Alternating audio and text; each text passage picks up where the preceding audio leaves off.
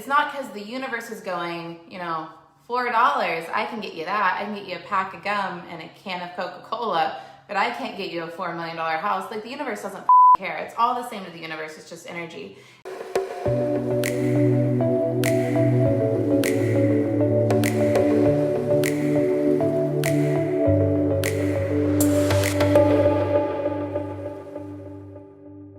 I believe clearing space, releasing the past, forgiving the past, letting things go, makes space for new desires to take form. And it's time for our new desires to come through, right? You have a mission, you have a calling, you have things you're meant to do this year. It's like this next year and this next decade are like this clean, open space for tremendous possibility, where you get to create what you want, have what you want, be who you want, do what you want, and it is all there waiting for us. And there is a beautiful path and a beautiful life and so much joy and happiness and love and money, abundance ahead of us. And the last thing we need to be doing is reminding of ourselves of a time we didn't feel we got it right, or a time it could have been different, a time it could have been better, a time that we could have or should have known something that we didn't. So all of that is gone. It is done. Do your day one homework, and let's choose now. Now's a new year. It's a new year. It's a new decade. Endless possibilities. You can have, do, be whatever you want. So it's not that anything's too hard or anything's too big ever. It's just that we're in process. We're in progress, and we're practicing all the time, and we're expanding all the time.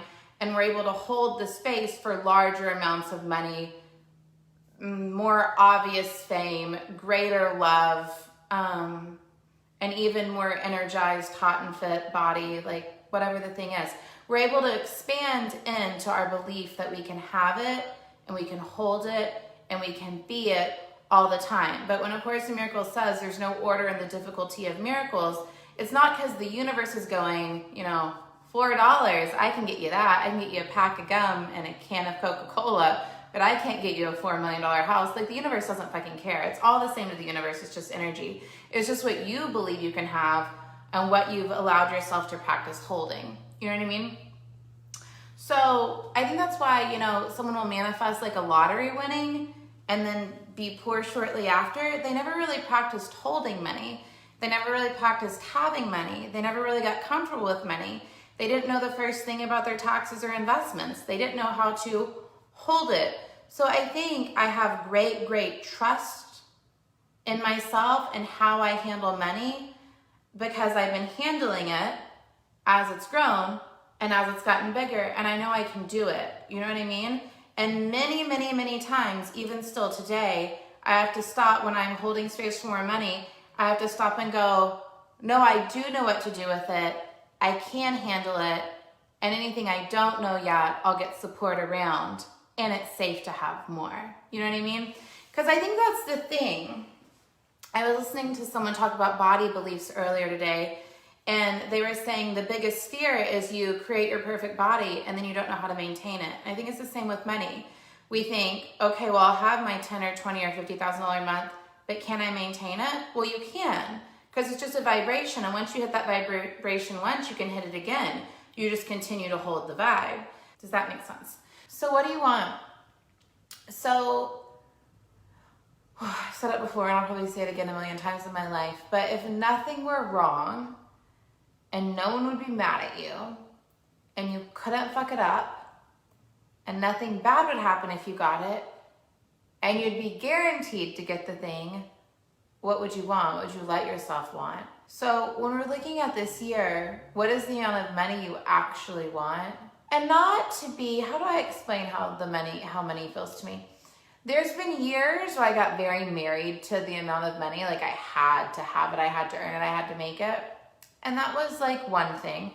And there's been years where I've been like, okay, I would like to make around this, and then I'm just gonna do the damn thing every month. I'm gonna set my monthly goals. I'm gonna most often hit my monthly goals, and the money's gonna add up all year, and it's gonna be a fuck ton of money. And does it matter if it's 3.5 or 3.6 million or no, not really that much.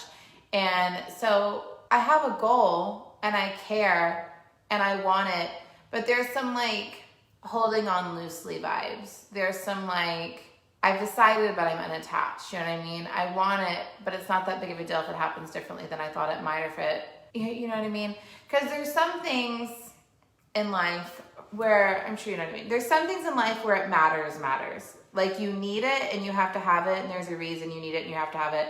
And there's some things in life where it's like, it really doesn't matter if it's this or that. It's not that big of a difference either way.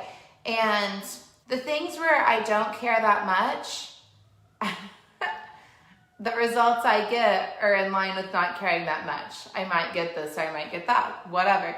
The things where I care and I've decided and I'm unavailable for variation, I tend not to get a lot of variation. So I'm not saying either one is right or wrong. I'm saying that you're in control. You know what I mean?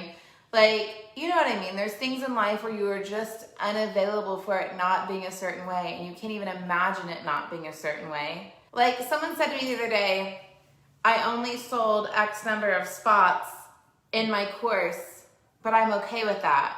And I said, well, maybe you shouldn't be okay with it because it's not what you wanted. You're not letting yourself actually have what you want. And because you're completely okay with it, of course you didn't get it. Because if you had been unokay with it and unavailable for it being different, it would have been different. So I guess what I'm saying here, it'd be silly of me to act like a goal that I've set is non-negotiable when it's not. When it's not non-negotiable, like when it's whatever, I don't care that much, I let it be whatever, I don't care that much. And when it's something I really want and I really desire, then I own that and I put my whole heart and soul and everything around it. And I think either way is completely okay. Does this make sense?